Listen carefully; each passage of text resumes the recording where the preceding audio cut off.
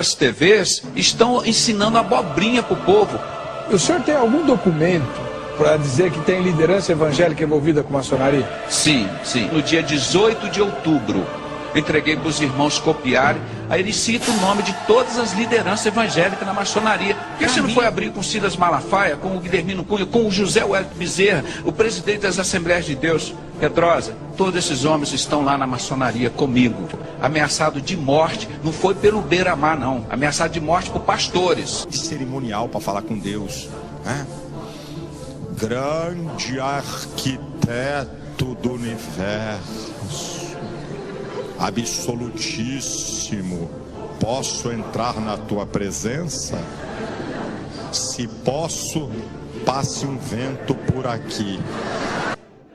Os protestantes chegaram ao Brasil de mãos dadas com os maçons. Isto é fato histórico e não dá para apagar. O pastor Robert Porter Thomas fundou a loja maçônica George Washington naquela cidade.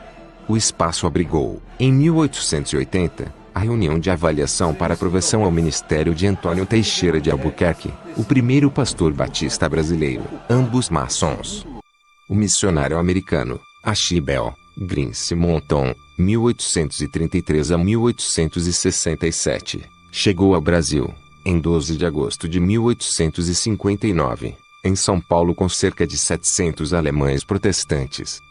Sem ter onde reuni-los, Simonton, que fundou a Igreja Presbiteriana do Brasil IPB, aceitou a oferta de maçons locais, que insistiram para que ele usasse sua loja, gratuitamente, para os trabalhos religiosos. Sim, nós temos padres católicos, nós temos pastores evangélicos, que são irmãos nossos de maçonaria. Eles trabalham porque dentro dos nossos templos nós temos um livro sagrado.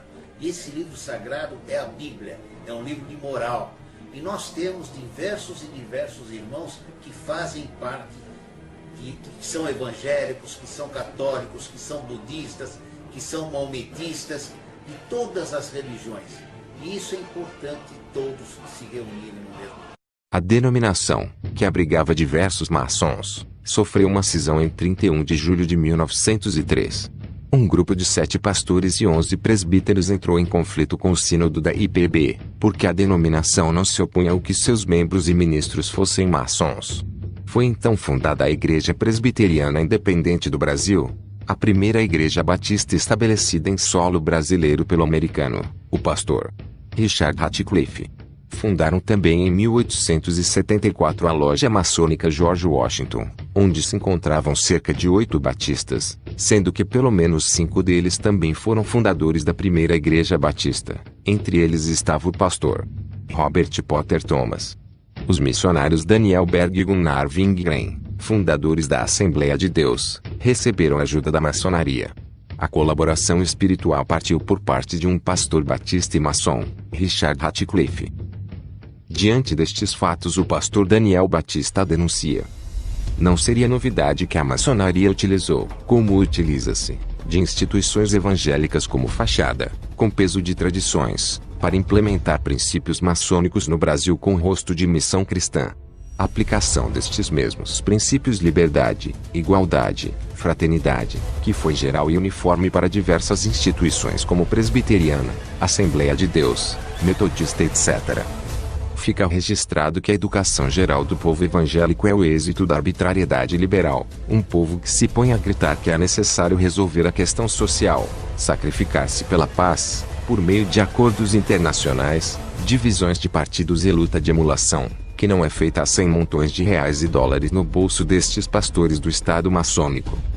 Deste modo, a força cega do povo evangélico é o apoio da maçonaria, os infiltrados, os únicos que podem guiá-los com segurança até a destruição, para que os fins correspondam. Mistificamos, embrutecemos e corrompemos a cristandade de uma educação fundada por princípios e teorias falsas que são inspiradas por eles, os maçons. Hoje percebe-se que o movimento evangélico realmente tem cara de maçonaria, templos, escadas, símbolos e ritos sacramentados. Chegou aonde chegou porque é produto da maçonaria. Aquilo que é ecumênico, ambiental e pacifista e não cristocêntrico.